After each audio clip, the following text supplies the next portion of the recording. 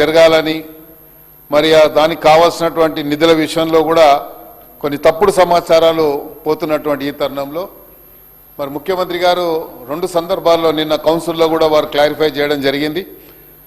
మూసీ అనేది హైదరాబాద్ సిటీకి మరి ఒక గర్వకారణంగా ఉన్నటువంటి నది అధ్యక్ష. గతంలో మరి కార్తీక మాసంలో చాలామంది తెలంగాణ నుండి కానీ వేరే ప్రాంతాల నుండి కానీ అక్కడ వచ్చి కార్తీక మాసంలో అక్కడ స్నానాలు చేసుకొని పూజలు చేసుకున్నటువంటి సందర్భాలు ఎన్నో ఉన్నాయి అధ్యక్ష. మరి ఈరోజు మనం చూసినట్టయితే మూసీ ప్రక్షాళన జరుగుతుంది అన్నప్పుడు చాలామంది రకరకాలుగా మరి వారు చెప్తా ఉన్నారు. మరి మూసీ విషయంలో ముఖ్యమంత్రి గారు ఎందుకు ఈ ప్రణాళిక సిద్ధం చేశారు? రాబోయేటువంటి దీర్ఘకాలిక ప్రణాళిక కేవలం ఇది హైదరాబాద్ సిటీకి పరిమితమే కాదు, చుట్టుపక్కల ఉన్నటువంటి ప్రాంతాల వారు మనకు వికారాబాద్ నుండి మొదలు పెట్టుకుంటే నల్గొండ వరకు కూడా ఈ మూసీ ప్రక్షాళన జరగాలని, ఇక్కడ మూసీ అభివృద్ధి జరిగితే తప్ప ఆ చుట్టుపక్కల ఉన్నటువంటి అట్మాస్ఫియర్ ఏదైతే మన మూసీ పరివాహక ప్రాంతం దాటిన తర్వాత మనం అక్కడ పోతే ఓల్డ్ సిటీ అని, మరి ఇక్కడికి వస్తే న్యూ సిటీ అని ఆ రకమైనటువంటి ఒక సంకేతాలు జరుగుతూ ఉన్నాయి. అంటే ఓల్డ్ సిటీ అభివృద్ధి జరగాలి అంటే ఎలా జరుగుతుంది అధ్యక్ష? ఇప్పటికే మా సహచర శాసనసభ్యుడు మాజిద్ చెప్పాడు, ఓల్డ్ సిటీలో అభివృద్ధి కుంటుపడుతుంది ఎప్పుడు అని చెప్పి. ఓల్డ్ సిటీ అభివృద్ధి జరగాలి అంటే మూసీ అభివృద్ధి జరగాలి, మూసీ ప్రక్షాళన జరగాలి. అప్పుడే అక్కడ ఉన్నటువంటి మరి ఉన్నటువంటి వారికి ఆర్థికంగా కానివ్వండి, ఎంప్లాయ్మెంట్ కానివ్వండి, ఇతర సౌకర్యాలు కానివ్వండి. మరి ముఖ్యమంత్రి గారు పొద్దున కూడా ఒక సందర్భంలో చెప్పడం జరిగింది, మరి ఏదైతే వీధుల పైన ఉన్నటువంటి చిన్న చిన్న మరి చిరు వ్యాపారాలకు ఇబ్బంది కలుగుతుందంటే అలాంటి వారికి మూసీ పరివాహక ప్రాంతంలో మనం డెవలప్ చేసినట్టయితే చాలా మందికి ఎంప్లాయ్మెంట్ జరిగేటువంటి అవకాశం ఉంది. హైదరాబాద్ సిటీ ఒక నైట్ లైఫ్ వస్తుంది. ఆ రకంగా హైదరాబాద్ సిటీలో అంటే మనం ఇతర ప్రాంతాల్లో పోతే మనకు వేరే లైఫే లేదు అధ్యక్ష. మూసీలో ఇంత పెద్ద ఎత్తున మరి విస్తరణ సుమారు 55 కిలోమీటర్ల ఉన్నటువంటి విస్తరణ ఉన్నటువంటి మూసీ నదిని మనం అభివృద్ధి చేయాలి అంటే ఇదొకటే మార్గం అనేది ముఖ్యమంత్రి గారు ఆలోచించారు. కాబట్టి ఒక దీర్ఘకాల ప్రణాళిక తయారు చేసుకుని ఒక రోడ్ మ్యాప్ తయారు చేస్తున్నారు. కాబట్టి మూసీ అభివృద్ధి కార్యక్రమాన్ని శ్రీకారం చుడుతున్నందుకు హైదరాబాద్ వాసిగా నేను గౌరవ ముఖ్యమంత్రి గారికి నేను మనస్ఫూర్తిగా ధన్యవాదాలు. అదేవిధంగా ఈ మూసీకి సంబంధించినటువంటి నిధుల విషయంలో మరి ఆర్థిక మంత్రి గారు ప్రవేశపెట్టిన దీన్ని కూడా నేను వారికి ధన్యవాదాలు తెలియజేస్తాను అధ్యక్ష. అయితే ఇంకోటి అధ్యక్ష, ఎడ్యుకేషన్ దాని మీద ముఖ్యమంత్రి గారు చాలా పెద్ద ఎత్తున ఫోకస్ పెట్టడం జరిగింది. ఎడ్యుకేషన్కి మనం చూసినట్టయితే అధ్యక్ష ముఖ్యమంత్రి గారు సుమారుగా చూసాము సుమారు 26,000 కోట్ల పైచీలకు దీనికి ముఖ్యమంత్రి గారు మరి నిధుల్లో కేటాయించడం జరిగింది. 26,674 కోట్ల రూపాయలని ఇచ్చడం జరిగింది. అధ్యక్ష ఎడ్యుకేషన్ అనేది ఎందుకు ముఖ్యమంత్రి గారు ఇంత ప్రయారిటీ ఇస్తున్నారు? అప్పట్లోనే పివి నరసింహారావు గారు ఎడ్యుకేషన్ రిఫార్మ్స్ తీసుకురావాలి అధ్యక్ష. రిఫార్మ్స్ తీసుకొచ్చే ఇది అనేది రాబోయేటువంటి తరాలకి ఇది ఒక పెట్టుబడి. ఇది ఒక ఎడ్యుకేషన్ అనేది మన రాబోయేటువంటి జనరేషన్స్కి ఇది పెట్టుబడి లాంటిది. ఈ ఎడ్యుకేషన్ ద్వారానే రాష్ట్ర అభివృద్ధి జరుగుతుంది, దేశం అభివృద్ధి జరుగుతుంది అనేది పివి నరసింహారావు గారు అప్పుడే ఆలోచించి దీని మీద ఎడ్యుకేషన్ రిఫార్మ్స్ తీసుకురావడం జరిగింది అధ్యక్ష. ఆ రిఫార్మ్స్ తీసుకొచ్చారు కాబట్టి ఈరోజు ఇంతమంది మనము లిటరసీ రేట్ కంపేర్ చేసినట్టయితే కేరళ నుంచి మనం కంపేర్ చేసినట్టయితే లిటరసీ రేటు ఇంకా మనం తక్కువలే ఉన్నామని చెప్పడంలో బాధ కలుగుతుంది అధ్యక్ష. అందుకే ముఖ్యమంత్రి గారు ఆలోచించి ఉంటారు, ఇది లిటరసీ రేట్ మనం పెరగాలి. మన ఇంటిగ్రేటెడ్ స్కూల్స్ మనం ఎందుకు ఇస్తున్నాము? 100 కోట్ల రూపాయలతోని ప్రతి నియోజకవర్గంలో ఒక ఇంటిగ్రేటెడ్ స్కూల్స్ పెట్టినట్టయితే దానికి కావాల్సినటువంటి మరి ఇన్ఫ్రాస్ట్రక్చర్ మనం ప్రొవైడ్ చేసినట్టయితే కేవలం ఎడ్యుకేషన్తో పాటు ఫిజికల్గా యాక్టివిటీస్ మన స్పోర్ట్స్ యాక్టివిటీస్ ఉండాలి, దాంట్లోనే ఒక స్పోర్ట్స్ కాంప్లెక్స్ కట్టాలని ముఖ్యమంత్రి గారు ఆలోచించారు. కాబట్టి దానికి కూడా నేను ముఖ్యమంత్రి గారికి ప్రధానంగా సుమారు 26,674 కోట్ల రూపాయలు దీనికి కేటాయించడం అనేది ఆషామాషి కాదు అధ్యక్ష.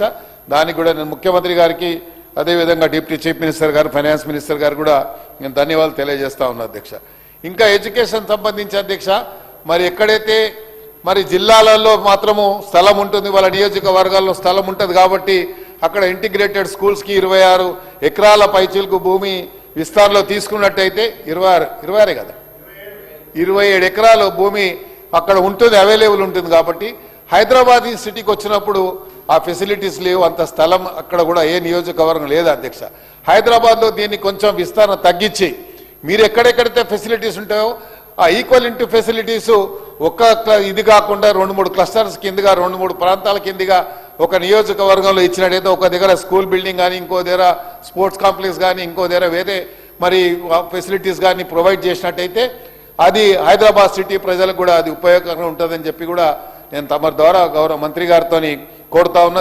ఈ విషయాన్ని కూడా తప్పకుండా మంత్రి గారు పరిగణలోకి తీసుకోవాలని చెప్పి నేను తమ ద్వారా మంత్రి గారిని కోరుతా ఉన్నా అధ్యక్ష. అదేవిధంగా మీరు చూసినట్టయితే అధ్యక్ష, హెల్త్ పరంగా ఈరోజు ముఖ్యమంత్రి గారు మరి ప్రధానంగా ఒక ఇది ఇచ్చడం జరిగింది. మరి తెలంగాణలో మరి ఇంద్రమ్మ కుటుంబ జీవిత పథకం కింద తెలంగాణ రాష్ట్రంలో పుట్టే ప్రతి బిడ్డ కూడా ఇది గర్వంగా భావిస్తారు. ఏదన్నా కుటుంబంలో ఒక కుటుంబ సభ్యుడు అకాల మరణం చెందినప్పుడు ఆ కుటుంబంలో ఉన్నటువంటి వారికి ఆర్థిక సాయం అందాలంటే ఎలాగా అన్నటువంటి ఆలోచనతోని ఈరోజు ఇంద్రమ్మ జీవిత బీమా పథకాన్ని తీసుకురావడం అనేది భారతదేశ చరిత్రలో ఎక్కడ జరగలేదు అధ్యక్ష. ఈరోజు మనం చూసినట్టయితే దీనికి కావలసినటువంటి విధి విధానాలు కూడా మంత్రి గారు ప్రకటించడం జరిగింది. ఎక్కడ కూడా లేదు. 5 లక్షల రూపాయలతో జీవిత బీమా పెట్టి రావాల్సినటువంటి వారికి సుమారు 1,15,00,000 మంది కుటుంబాలకి దీన్ని పరిగణలో తీసుకోవడం జరిగింది.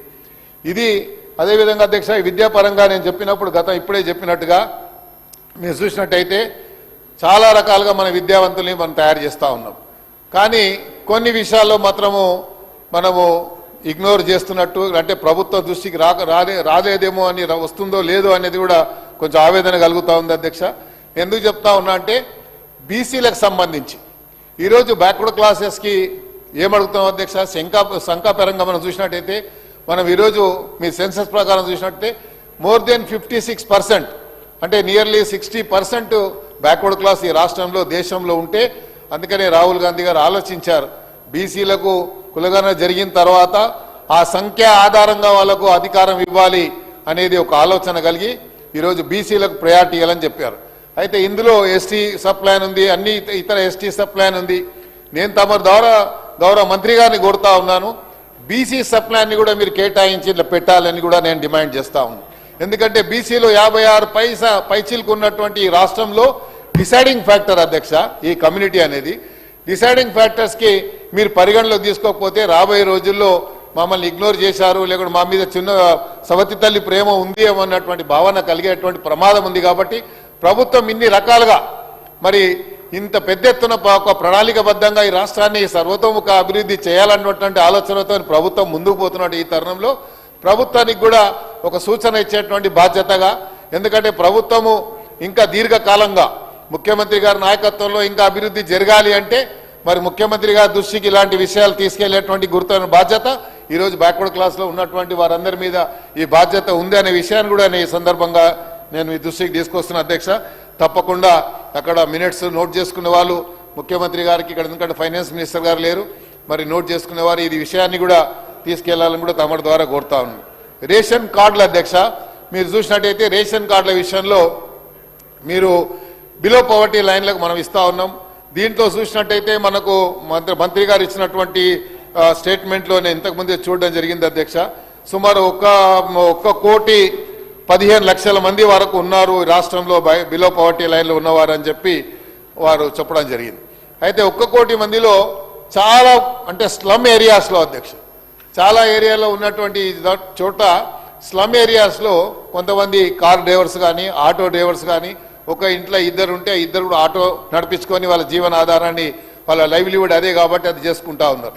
కాకపోతే ఇంటి ముందు అప్పుడు ఇచ్చిన దళిత బంధువు కింద వచ్చినటువంటి కార్లు ఏవైతే ఉన్నాయో ఆ కార్లు ఇంటి ముంగటుంటే ఇంటి ముందు కారు ఉంది కదా అని చెప్పి రేషన్ కార్డు కట్ చేయడం జరిగింది. ఇలా చాలా చోట్ల ఉంది, ఇక్కడే కాదు మైనార్టీ ఏరియాస్లో కూడా ఉంది, ఇక్కడ ఎస్సీ బస్తీలలో ఉన్నది, ఇతర బస్తీలలో ఉన్నది.